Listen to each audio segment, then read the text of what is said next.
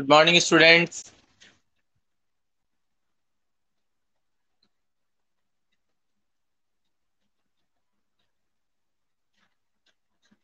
Good morning, Manthan. Very good. You are the first one. Nikita, good morning. Seema, good morning. Very good. Good morning, all of you. Sameer, good morning. Where is all other students? Gagandeep अभी थी, कहाँ चली गई? यशराज था, कहाँ चला गया? और कौन?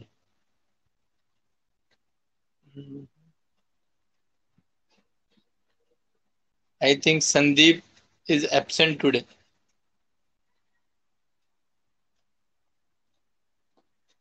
Sandeep is absent today, and Gagandeep. Today also Deepak is not present.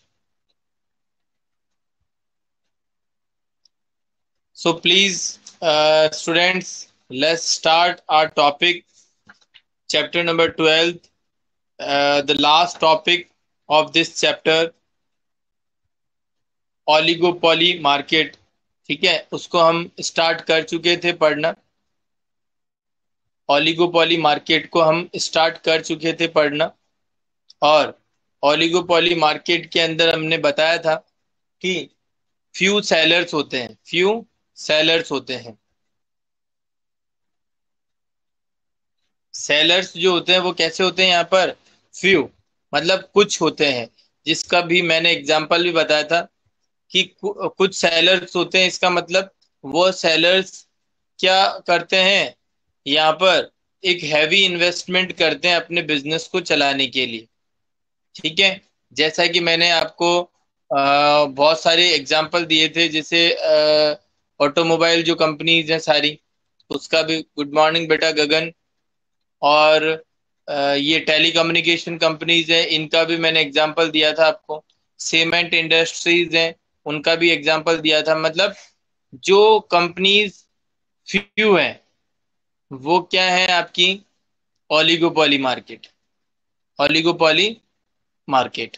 तो अब ऐसी कंपनी जो, जहां पर मतलब ऐसा बिजनेस जो होता है वो एक दूसरे के ऊपर बहुत ज्यादा डिपेंड करता है, क्योंकि एक के कुछ डिसीजन से पूरा दूसरे का डिसीजन बहुत ज्यादा इफेक्ट होता है.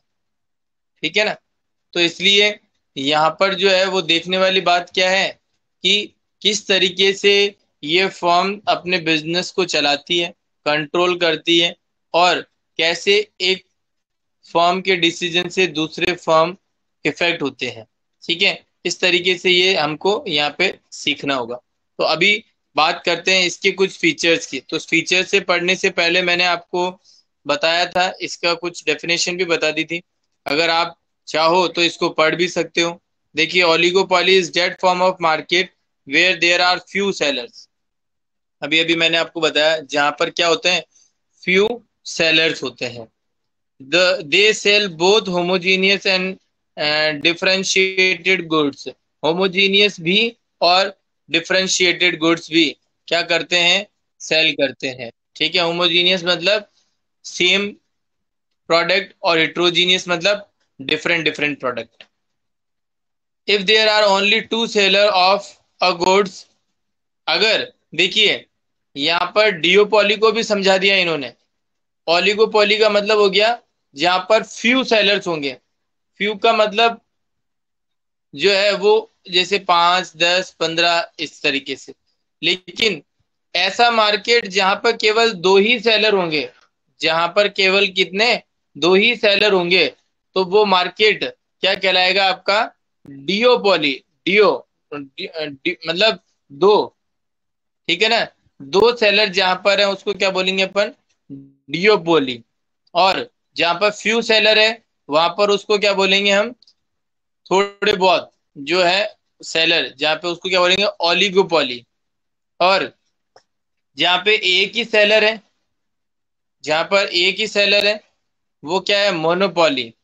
और जहां पे बहुत सारे सेलर्स हैं, कोई लिमिट नहीं है, बहुत सारे सेलर्स हैं, वो क्या है, मोनोपोलिस्टिक। वो क्या है, मोनोपोलिस्टिक।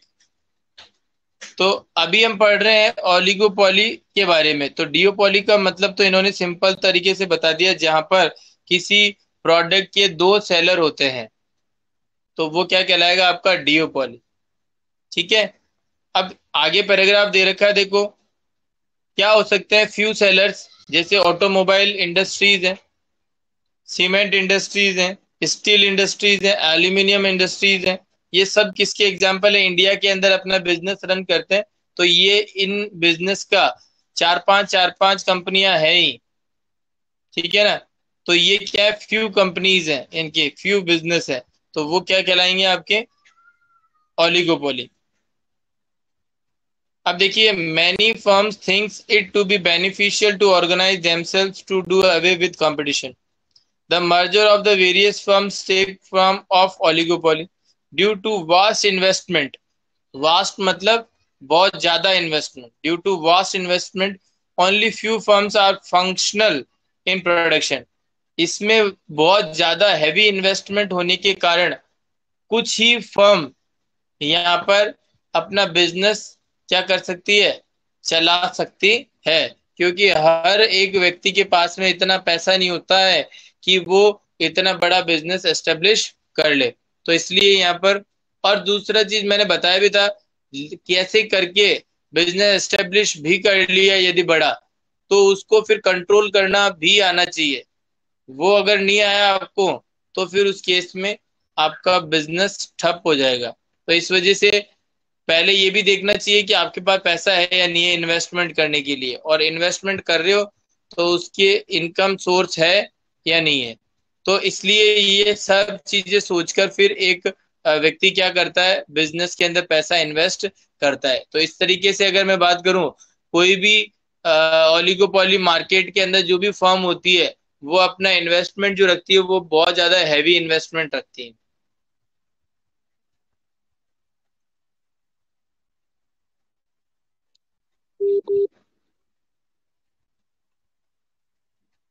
देखो, the size of some firms becomes big due to economic of large scale return.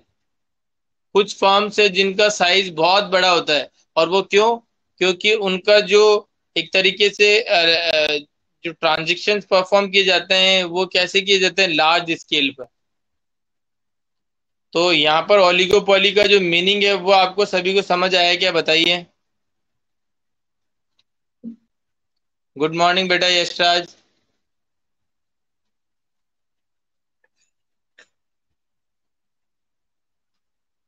Oligopoly का मीनिंग समझ आया क्या सभी को?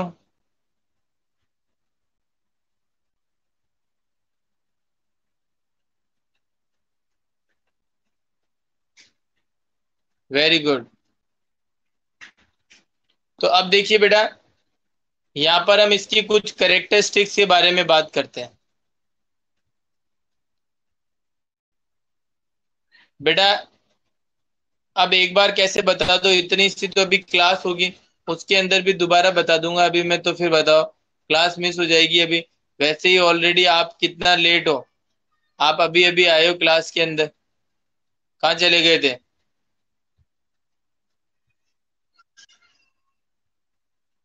वैसे भी, वैसे भी देखो, अभी आगे सारी चीज वापस एक्सप्लेन कर ही रहा हूं, और कुछ खास बताया नहीं। ओलिगोपोली मार्केट वो मार्केट होता है जहां पर फ्यू सेलर्स होते हैं, कुछ सेलर्स होते हैं। ठीक है ना। और हेट्रोजीनियस एंड होमोजीनियस दोनों प्रोडक्ट वो क्या कर सकते हैं, ऐसे मार्केट के अंदर सेल कर सकते हैं। और इनका जो इन्वेस्टमेंट होता है बिजनेस करने का, वो बहुत ही ज्यादा होता है, हैवी इन्वेस्टमेंट होता है। ऐसी बिजनेस ऑर्गेनाइजेशन को चलाने के लिए बहुत ज्यादा पैसे की जरूरत पड़ती है। जैसे कि एक इंडस्ट्री, सीमेंट इंडस्ट्री है। अब सीमेंट इंडस्ट्री अगर आप चलाना चाहते हो तो आपको बहुत बड़ा इन्वेस्टमेंट करने की जरूरत पड़ेगी। समझ में आई जी? तो ये क्या है, आपका एक heavy investment.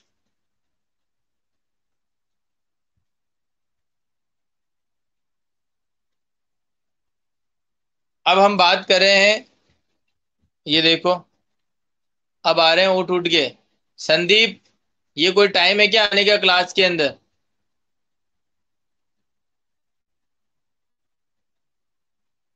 It is not the right time to enter in the class.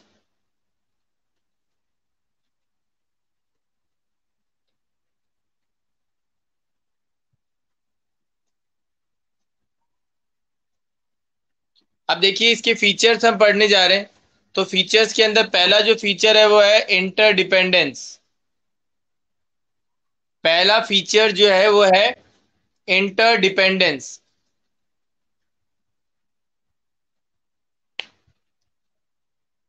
ये तो बहुत बढ़िया जवाब है सभी का। ये एक मेन, और क्या बोल सकते हैं इसको, जिसके पीछे, जिसके लिए हमारे पास में कोई जवाब भी नहीं है।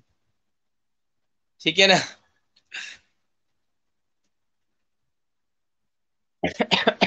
यू, यूनिवर्सल जवाब हो गया ये तो सभी का ही। Sir, net problem sir, contact नहीं हो पा रहा था। अब बेचारे टीचर भी क्या बोले बच्चों को। समझ गया, समझ गया मैं। कोई बात नहीं, चलो समझ लो बेटा यशराज और संदीप, ऐसा कोई दिक्कत नहीं है। अभी देखो सारी चीजें समझ आ जाएगी। Features of oligopoly. देखो, अब हम यहाँ पे कैरेक्टरिस्टिक्स पढ़ रहे हैं। तो कैरेक्टरिस्टिक्स भी वही है जो अभी अपन ने डेफिनेशन के अंदर पढ़ी थी। जैसे पार्टनरशिप की डेफिनेशन पढ़ते हैं तो पार्टनरशिप की कैरेक्टरिस्टिक्स अपने आप ही आ जाती है। तो ऐसे ही जो अभी ओलिगोपोली की डेफिनेशन पढ़ी थी, तो ओलिगोपोली के फीचर्स आपको समझ वैसे भी आ जाएंगे। और या फिर मैं ओलिगोपोली के फीचर समझा दूंगा तो जो ऊपर पड़े हुए हैं वो आपको ऑटोमेटिक ही समझ आ जाएगा।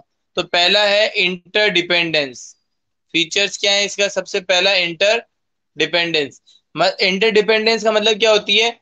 ये जो बिजनेस ऑर्गेनाइजेशन होती है, ये आपस में एक दूसरे के ऊपर इंटर डिपेंडेंस होती है। ठीक है ना? कोई भी बिजनेस है वो चल रहा है। और जैसे अभी मैंने आपको बताया भी था कल, कि अगर कोई भी एक पर्टिकुलर डिसीजन कोई बिजनेस लेता है तो उसके डिसीजन लेने से क्या होता है, पूरा दूसरे बिजनेस सेक्टर के अंदर बहुत भयंकर हलचल मच जाती है। अब जैसे एक एग्जांपल लेता हूं मैं, सुनिएगा। सीमेंट का, सीमेंट का जैसे 50 kg का एक पूरा बैग आता है, वो लगभग लगभग ऑलमोस्ट 300 रुपीज के आसपास का आता है। ठीक है? तो सभी कंपनी के जो बैग होते हैं वो कोई ज्यादा डिफरेंस नहीं होता। कोई 295 का देते हैं, कोई 300 का, कोई 305 का, कोई 290 का, ऐसे देते हैं। तो अगर मैं कहूं कोई भी एक सीमेंट जो इंडस्ट्री है या सीमेंट कंपनी है, वो उस बैग को यदि 100 रुपीज में देने लग जाए, 100 रुपीज में ही देने लग जाए, तो फिर क्या होगा बताइए?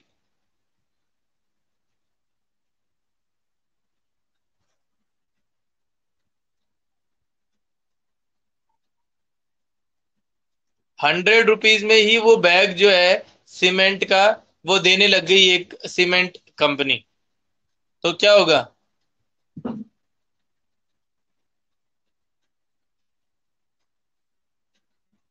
Yes, very good answer Yashraj, clapping for you.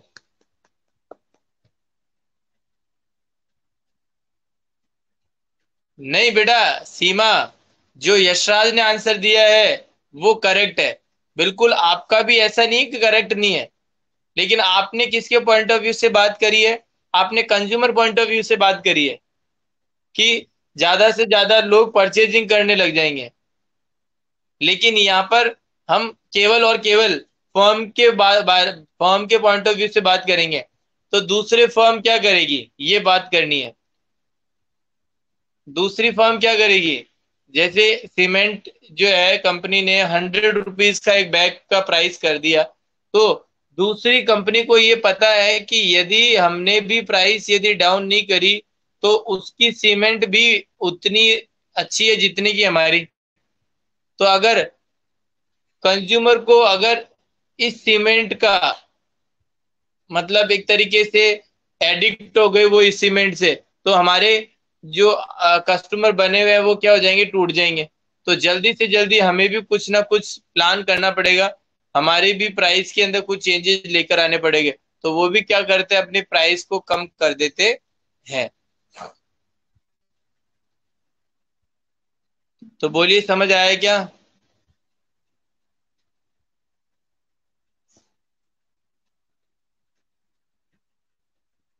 हाँ बेटा यशराज, बिल्कुल सिम का भी एग्जाम्पल बिल्कुल परफेक्ट एग्जाम्पल है। वो यही है कि आ, कोई भी जैसे जियो कंपनी है वो मार्केट में आई, नया प्लान लेकर आई, अच्छा प्लान था as compare to other companies. तो क्या हुआ, उनको अपने प्लानिंग में, मतलब अपना जो प्लान है वो चेंज करना पड़ा दूसरी कंपनी को, और उसके अकॉर्डिंग प्लान को सेट करना पड़ा, जो कि जियो कंपनी थी। तो इंटरडिपेंडेंस का मतलब क्या हुआ है यहाँ पर, कि एक के कोई डिसीजन लेने से दूसरी जो फर्म है या दूसरी कंपनी है या दूसरा बिजनेस है वो क्या होता है, इफेक्ट होता है।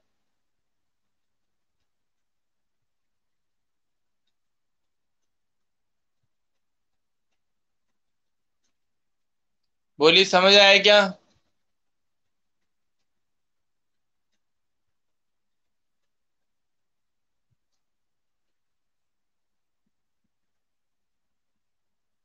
यस।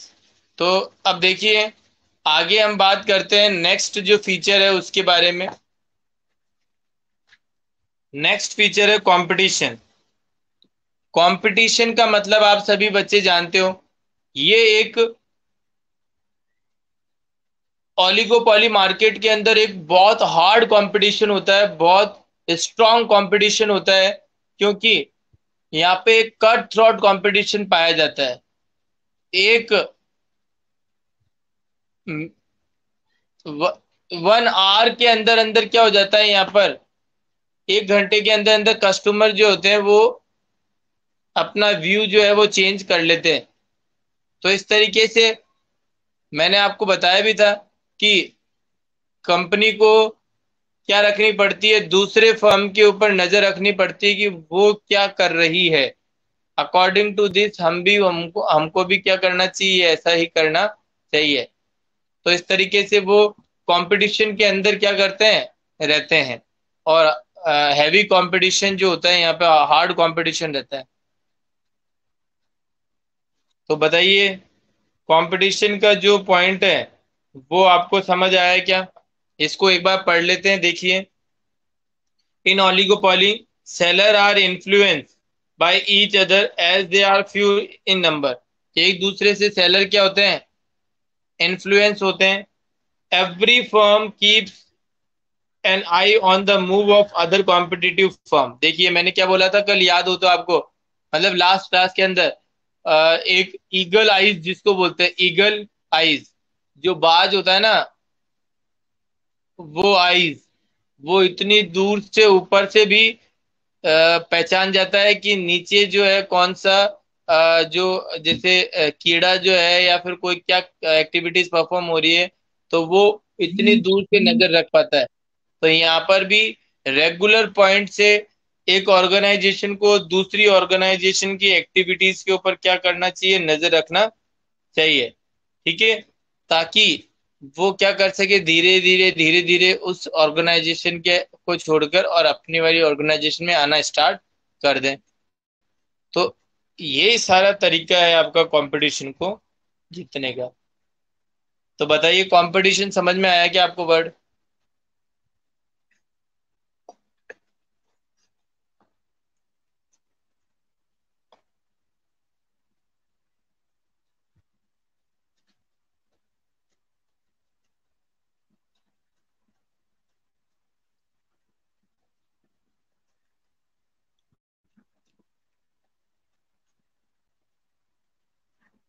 अब देखिए बेटा, एक वर्ड आ रहा है इसके आगे, एडवर्टीजमेंट। एडवर्टीजमेंट क्या होता है कि ऐसी फॉर्म के अंदर सबसे ज्यादा कारगर सिद्ध होता है। सबसे ज्यादा इंपॉर्टेंट फैक्टर जो है वो रोल प्ले करता है एडवर्टीजमेंट। क्योंकि फ्यू फर्म्स हैं और किसी ने ऐड किया, तो फिर उसका ऐड यदि लोगों में जाएगा तो लोग क्या करेंगे, उसके ऐड को देखकर और उसकी कमोडिटी को परचेज करना स्टार्ट करेंगे। तो सभी उस ऐड के माध्यम से कंज्यूमर को अट्रैक्ट करना चाहते हैं और उस ऐड में ये बताते हैं कि हमारे गुड्स की क्या क्वालिटी है और हमारा जो गुड्स है वो सबसे कम प्राइस पर हम सेल कर रहे हैं। भाई क्वालिटी अच्छी हो और सबसे कम प्राइस पर सेल करें तो फिर कंज्यूमर तो उससे जुड़ना चाहेगा या नहीं जुड़ना चाहेगा? बिल्कुल जुड़ना चाहेगा। वो हमेशा और हमेशा क्या है, उससे जुड़कर रहना चाहेगा। तो इसलिए यहाँ पर एडवर्टीजमेंट जो है वो एक इम्पॉर्टेंट रोल प्ले करते हैं कि एडवर्टीजमेंट के थ्रू किसी भी कंज्यूमर को क्या किया जा सकता है, अट्रैक्ट किया जा सकता है। ठीक है, तो ये चीज भी आपको ध्यान में रखनी है। बोलो, एडवर्टीजमेंट का पॉइंट भी समझ आएगा सभी को?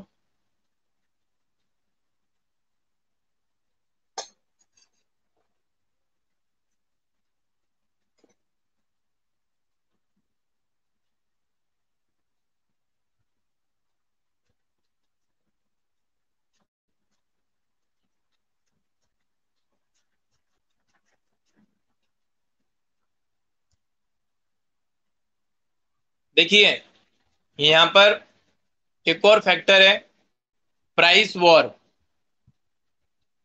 अगर एक फर्म की अपनी प्रोडक्ट की प्राइस कम करती है, जैसा कि यशराज ने आंसर दिया था कि सर जियो सिम ने अपना प्लान चेंज किया, अपनी प्लान का जो प्राइस है वो कम कर दिया। तो मैंने अभी अभी ऊपर कहा कि दूसरी जो कॉम्पिटिटिव फर्म है वो उसके ऊपर क्या रखेगी, एक तरीके से बिल्कुल आईज रखेगी और ये देखती रहेगी कि क्या उसने स्टेप उठाया है, तो हम तुरंत हमारा भी ये स्टेप उठाएंगे। तो जैसे ही किसी प्रोडक्ट की प्राइस कम की जाती है किसी फर्म के द्वारा, तो फिर दूसरी फर्म भी क्या करती है, उसकी प्राइस कम कर देती है। उसको पता है अगर हम कम नहीं करेंगे तो सारे कस्टमर्स उधर चले जाएंगे। तो कस्टमर को रोकने के लिए प्राइस हमको क्या करनी पड़ेगी, कम करनी पड़ेगी। और हम कह सकते हैं कि देखिए सामने वाला जो व्यक्ति जितने रुपए में दे रहा है और हम भी उतने रुपए में दे रहे हैं, या फिर हम उससे 10 रुपए कम दे रहे हैं, कुछ भी मतलब हम अगर बात करें तो इस तरीके से वो चाहेंगे कि मेरा कस्टमर दूसरे के पास में ना जाए। तो तुरंत ये जो उन्होंने प्राइस कम करी है तो वो भी अपनी प्राइस को कम कर लेते हैं तुरंत जल्दी से। तो इसी को ही बोलते हैं एक तरीके से पूरी एक्टिविटीज के ऊपर क्या रखना, नजर रखना। तो बताइए, समझ आया क्या?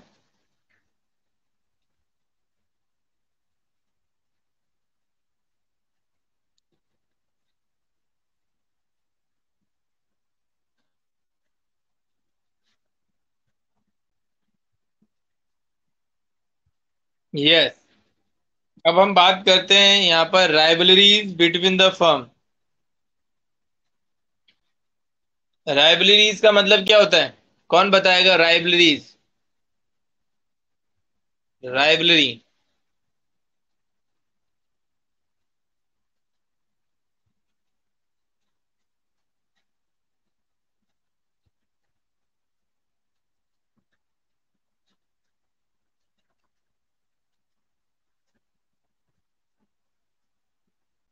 हाँ, फर्म का तो प्रॉफिट नहीं होगा, सीमा सही कह रहे हो आप, लेकिन कंज्यूमर का तो प्रॉफिट होगा। लेकिन हम बात करें कि धीरे धीरे धीरे धीरे धीरे धीरे क्या होगा, फर्म जो है लॉन्ग टर्म के लिए चलती है और लॉन्ग टर्म के लिए चलती है तो हमेशा ऐसे बिजनेस क्या करते हैं, बिल्कुल मार्जिन जो है वो कम लेके चलते हैं। तभी तो बड़े बड़े ऑर्गेनाइजेशन के पास में फिर कंज्यूमर उनसे जुड़ते हैं, क्योंकि वो प्रॉफिट मार्जिन एक लेके चलते हैं।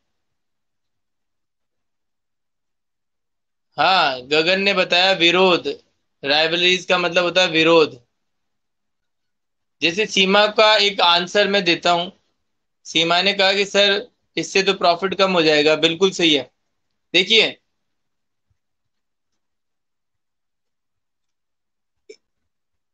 एक ऐसी फर्म है जो प्रॉफिट ज्यादा कमा रही है, एक प्रोडक्ट के ऊपर 10 रुपए कमा रही है, एक प्रोडक्ट पर कितने रुपए कमा रही है, 10 रुपए कमा रही है, ठीक है ना। और उसके कितने कंज्यूमर उससे जुड़ गए, 50 कंज्यूमर जुड़ गए, तो उसने कितना प्रॉफिट अर्न किया, 500। कितना प्रॉफिट अर्न किया,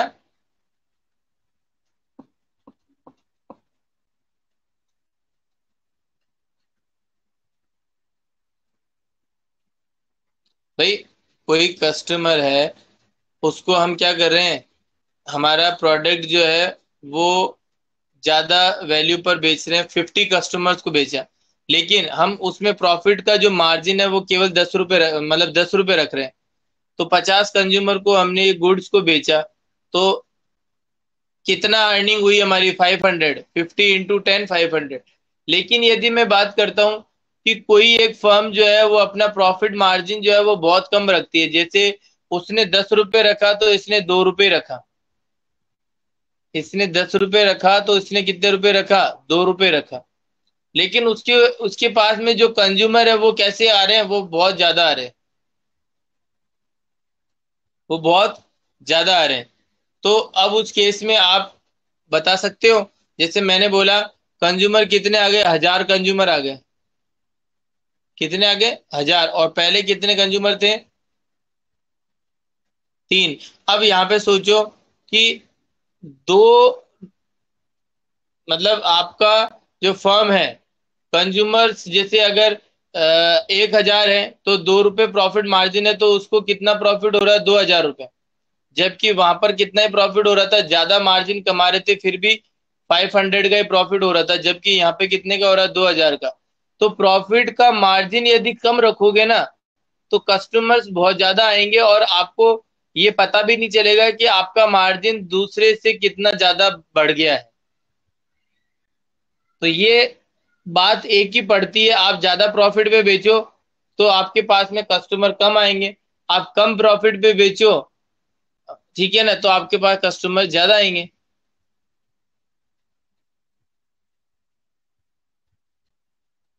बोलो समझ आया क्या।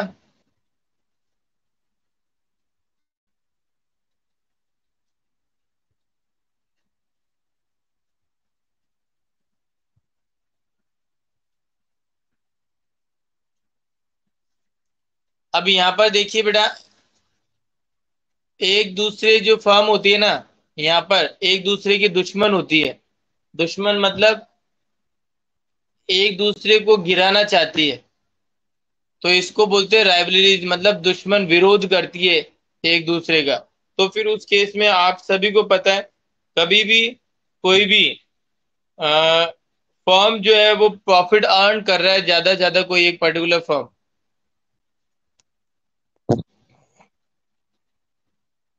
तो ज्यादा से ज्यादा प्रॉफिट अर्न करने के बीच में क्या होता रहता है, इनके बीच में एक डिस्प्यूट अराइज होता रहता है कि इतना प्रॉफिट आप अर्न कर रहे हो तो ये इतना, हम भी इतना ही करके दिखाएंगे, तो वो एक कंपटीशन भी अराइज होता है और एक राइवलरीज भी अराइज होती है कि भाई हम जो है इसके अंदर आपको यहाँ पे टिकने नहीं देंगे, हम यहाँ पर इतना प्राइस कम कर देंगे कि बस आपको यहाँ पे मुश्किल हो जाएगा रहना। तो मतलब उसको पूरा का पूरा बैकवर्ड करने की कोशिश करते हैं ऐसी बिजनेस ऑर्गेनाइजेशन के अंदर। तो एक बात करूं तो सबसे ज्यादा जो इम्पोर्टेंट जो है वो यही है, फिफ्थ ओलिगोपोली मार्केट, जिसके अंदर ये कंपटीशन का, राइवलरीज का ये जो पॉइंट है, इसके फीचर्स ये बहुत अच्छे फीचर्स है। तो बताइए, सभी बच्चों को समझ आया क्या फीचर्स।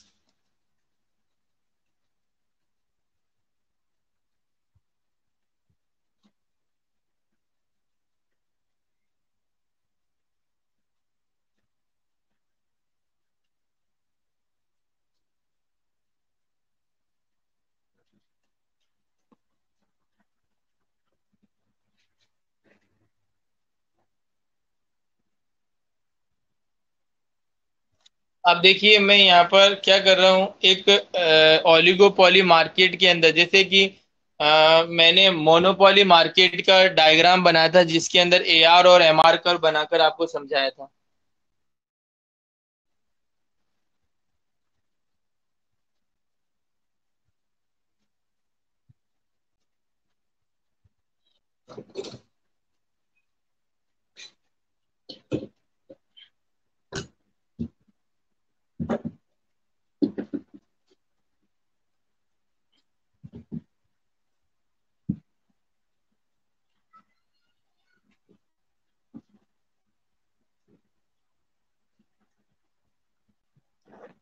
देखिए, मोनोपोली मोनोपोली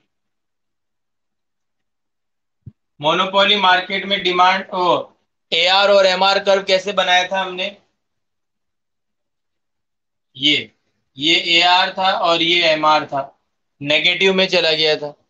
और मोनोपोलिस्टिक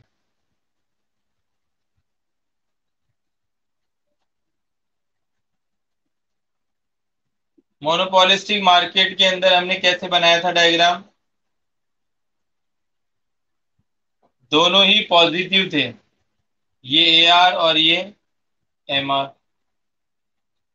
ठीक है, यहां पर अब हम क्या कर रहे हैं कि एक पर्टिकुलर, जैसे ओलिगोपोली मार्केट है, इसके अंदर हम क्या कर रहे हैं, दो डिमांड कर्व ले रहे हैं, क्योंकि दो फर्म को लेकर हम बात कर रहे हैं।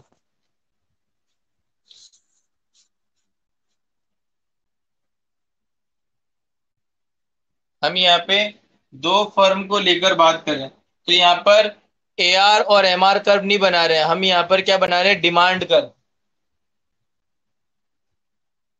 ओलिगोपोली मार्केट में हम क्या बना रहे हैं, डिमांड कर्व।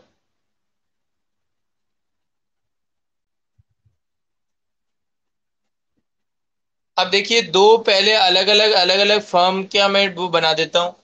जैसे ये जियो कंपनी है और ये एयरटेल है, ये एयरटेल है।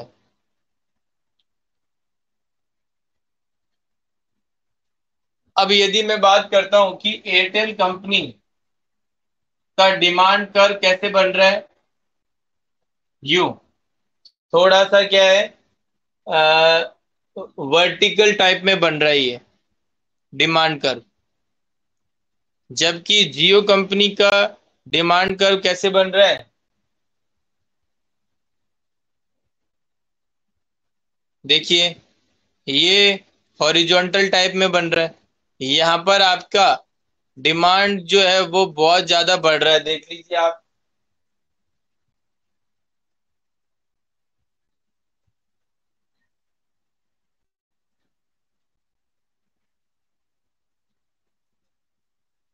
ये देखो, मैंने जियो कंपनी का ग्राफ बनाया। पहले प्लान कितना था, 399 का प्लान था। प्लान जो है वो चेंज किया और 399 की जगह वो क्या कर दिया, 299 कर दिया। मतलब उस प्लान का रेट क्या कर दिया, कम कर दिया। जैसे ही कम किया तो डिमांड देखिए कितनी बढ़ गई, बढ़ गई। और यहाँ पर डिमांड देखिए कैसी है,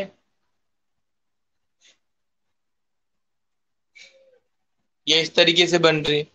तो दो फर्म है ये अलग अलग, जियो और एक एयरटेल। अब अगर मैं इन दोनों को यदि मिक्स कर दूं, इन दोनों को यदि क्या कर दूं, मिक्स कर दूं, तो आप देखिए, एक तो ये, ठीक है, और एक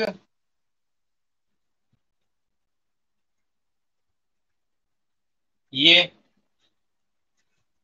तो ये जो आपस में क्या कर रहे हैं, इंटरसेक्ट कर रहे हैं। देखिए आपस में क्या कर रहे हैं, इंटरसेक्ट कर रहे हैं।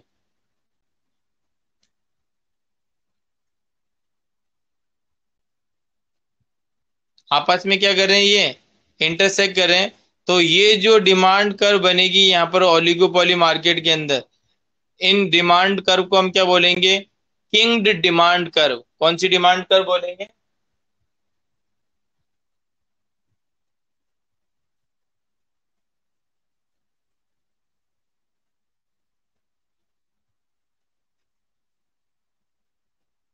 किंग्ड,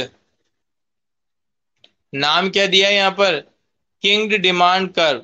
यहाँ पर हम ये वाली जो पॉइंट है, इस पॉइंट पर दोनों ही फर्म का जो प्राइस है वो क्या है, सिमिलर है।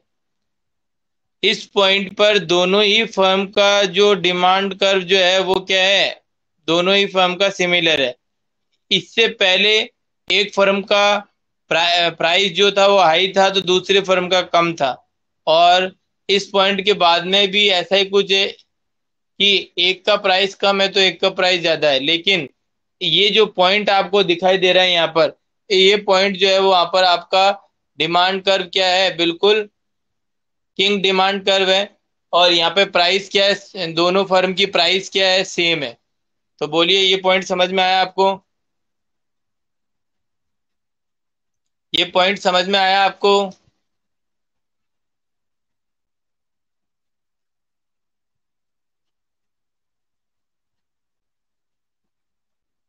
Very good. तो बेटा ऐसा ये है, हमारा चैप्टर भी कंप्लीट हो गया है, ये चैप्टर पूरा कंप्लीट हो गया है, फिनिश हो गया है। अब आप इसके नोट्स भी कर सकते हो इस, ठीक है, पूरे नोट्स इसके तैयार करिए आप जल्दी से जल्दी। और फिर हम नेक्स्ट चैप्टर जो है इसका मार्केट यूनिट का लास्ट चैप्टर हम करेंगे, मार्केट इक्विलिब्रियम का। ओके, थैंक यू बेटा, बाय।